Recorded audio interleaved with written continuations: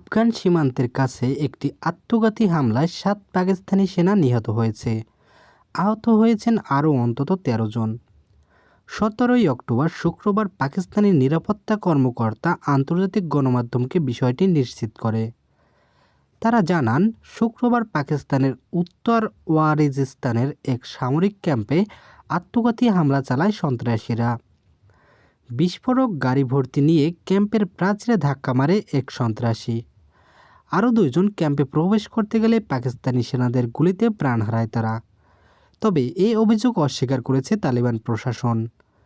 তাদের দাবি, ভুল তথ্য ছড়াচ্ছে পাকিস্তানি সেনাবাহিনী।